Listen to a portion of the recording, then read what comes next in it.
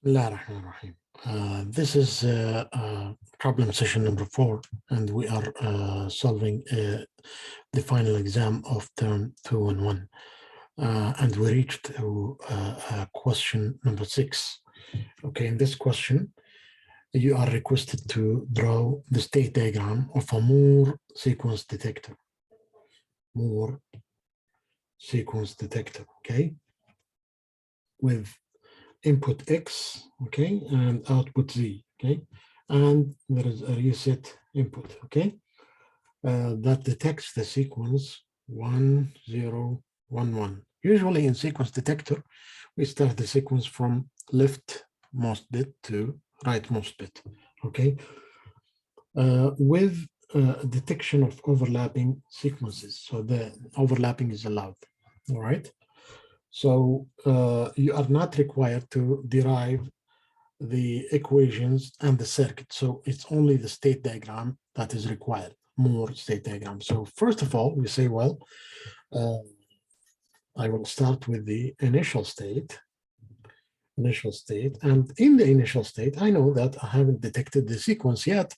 And in the initial state, I need to indicate this with, or annotate the initial state with the reset annotation. So this is the reset when reset input, when this reset input is pushed, or when this reset button is pushed, the finite state machine should go to state SI, okay, so that it can start processing the sequences and report detection of the sequence or no detection. Okay, so first of all, if we get a 0, then we haven't started our sequence, and so we stay at the initial state, okay, because our sequence starts with a 1. Once we get a 1, then we move the search one step. So S1, still sequence hasn't been detected, 0, okay. This is a 1, okay. So SI is covered, 0 and 1, both possibilities, 0 and 1. Now for S1, we have to cover both 0 and 1. So first of all, 1, if I get a 1, then I should stay in S1, because this means that I got a 1 and I'm allowing overlaps. So this 1 can be the beginning of my sequence in the future. So I will keep being in S1 until I get a 0, okay, which is the next bit in my sequence, in which I will move. So this is when I get a 0. I will move to state S10, meaning that I have received 1 and a 0. Of course, this in here, the output is 0, okay? So S1, we covered 0 and 1 input combinations. Now we need to cover both 0 and 1 input combinations of S10, okay? So if I receive a 0, and S10, note that this is, here is, so 1, 0, I'm in state 1, 0, so my sequence so far is 1, 0, and then I receive a 0, okay? So there is no way, there is no state that we receive the 0, okay? Our sequence does not start with a 0, and there is no state indicating that we received 2, 0, and there is no state as well that we received 1, 0, 0. So this means that if I receive a 0 in state 1, 0, I need to go back all the way to the initial state. Okay, my search is broken. Okay, so this is a 0. All right. However, if I receive a 1, then this is part of my search sequence. Let me erase this annotation. Okay. This is a 1, and if I receive a 1, I will go to state S101, and I'm only 1 bit away from the detection of my sequence. And now in state 101, there are 2 possibilities. Okay, let's examine the non-detection possibility, 0. I receive a 0. Okay, you see that because we are allowing overlapping, okay, we need to go back to, okay, so first of all, there is no 1010 state. Second, there is no 0101. I mean 0, 1, 0, okay? And then, however, there is a 1, 0. So the maximum overlapping subsequence is 1, 0. So you go back to state 1, 0 if you receive a 0 here, okay? If you receive a 0, you go to state 1, 0, all right? Okay, you are in state 1, 0, 1, and you receive a 1, so this is your sequence, basically. So you go to a new state, okay, in which you get S1011, and the output finally is 1 here, detection, okay, detection.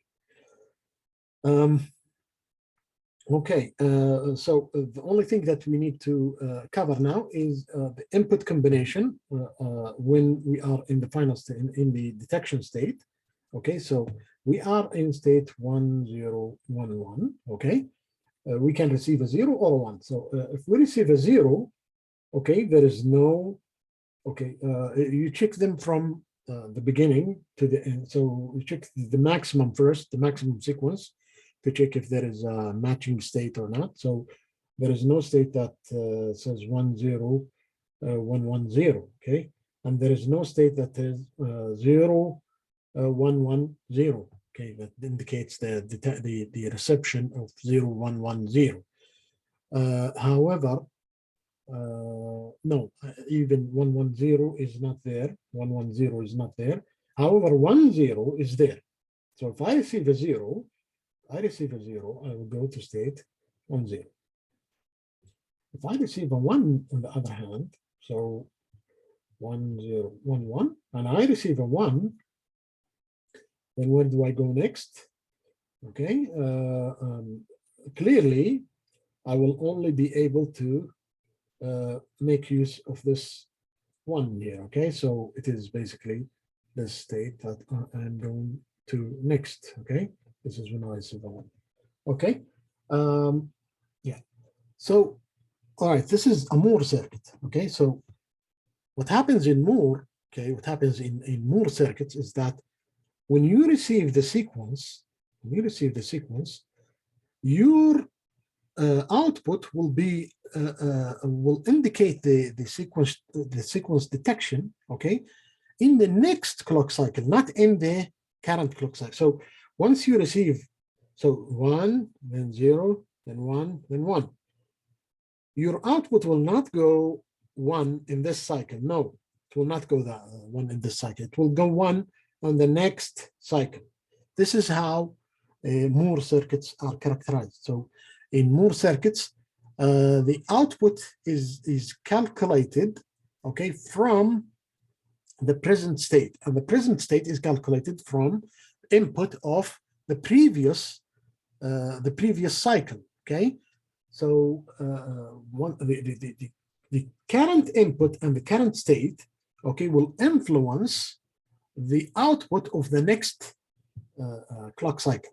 Okay, so the output is a function of, okay, we can say that it is a function of in Moore circuit, it is a function of the present state, okay, but also since the present state is a function of the input and the present state in the previous cycle, then the output as well is a function of the output and I mean, the output is a function of the present state and the input in the previous cycle. So must make sure that you understand this. This is what distinguishes Moore machines. Mealy machine, on the other hand, the output is calculated from the current input and present state in the current cycle, okay? Unlike the Moore machine, okay? Moore machine is different. I hope this is understood. And I'm not going to solve this question. I will leave it to you to check it out in the solution, okay? Because I have done this in the class. However, there is one part that I haven't done. So let's do this together. Okay, so we have like a multifunction register with these synchronous inputs, and we are assuming that we set the inputs to 001, RSU to 001.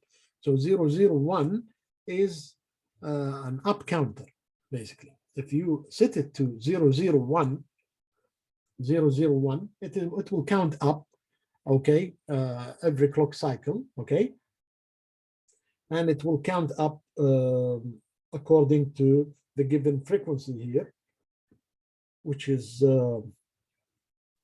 okay. So the question is, we observe that Q2, which is bit number 2 of the counter, okay, has a frequency of 0.5 megahertz. Okay, what is the frequency of the input clock signal?